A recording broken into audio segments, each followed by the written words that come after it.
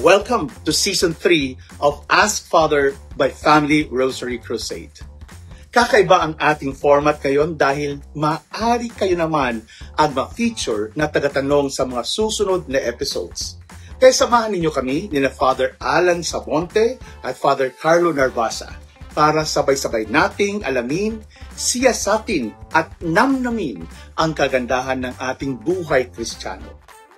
Huwag nang magatuloy, Ask Father na. Hello po, ako po si Daniel mula sa Holy Cross Parish at sa Ministry for Youth Affairs ng Diocese of Cubao.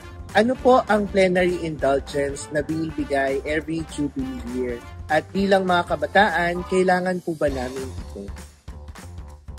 Ayon po sa Vatican Apostolic Penitentiary, and I quote, "The faithful who have carried out an act of charity on behalf of the souls in purgatory, if they receive communion a second time that day, can obtain the plenary indulgence twice on the same day, but applicable only to the deceased, and this must take place within a Eucharistic celebration." End of quote. Kaya po masasabi nating kakaiba ang plenary indulgence para sa Jubilee Year of Hope 2025 dahil hindi lang isa, kundi dalawa ang magagawaran ng tinatawag na remission of all temporal punishments due to sin.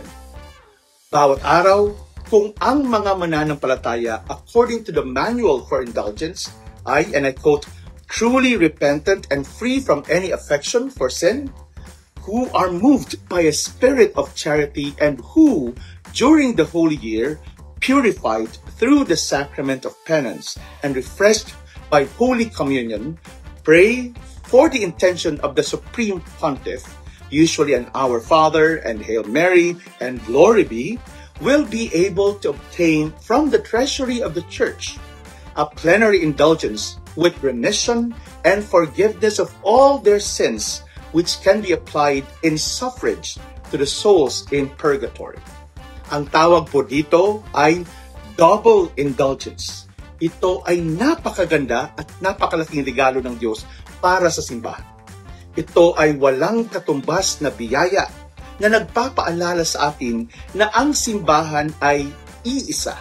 Nagkakaisa ang Church Triumphant, Church Militant at Church Suffering. Ito ay nagpapatunay ng ugnayan natin sa mga yumao nating kapwa sa pamamagitan ng muling pagkabuhay ng ating Panginoong Hesukristo. We are indeed one body in Christ. We pray and extend our spiritual assistance to those in purgatory. Ibig sabihin nito, hindi po tayo nag-iisa. Sama-sama pa rin tayo naglalakbay patungo sa kaligtasan. Indeed, this Jubilee is not only for the living, but also for those who have gone ahead of us. Napakabuti talaga ng Diyos. Salamat sa pag-asa. Salamat sa taon na ito.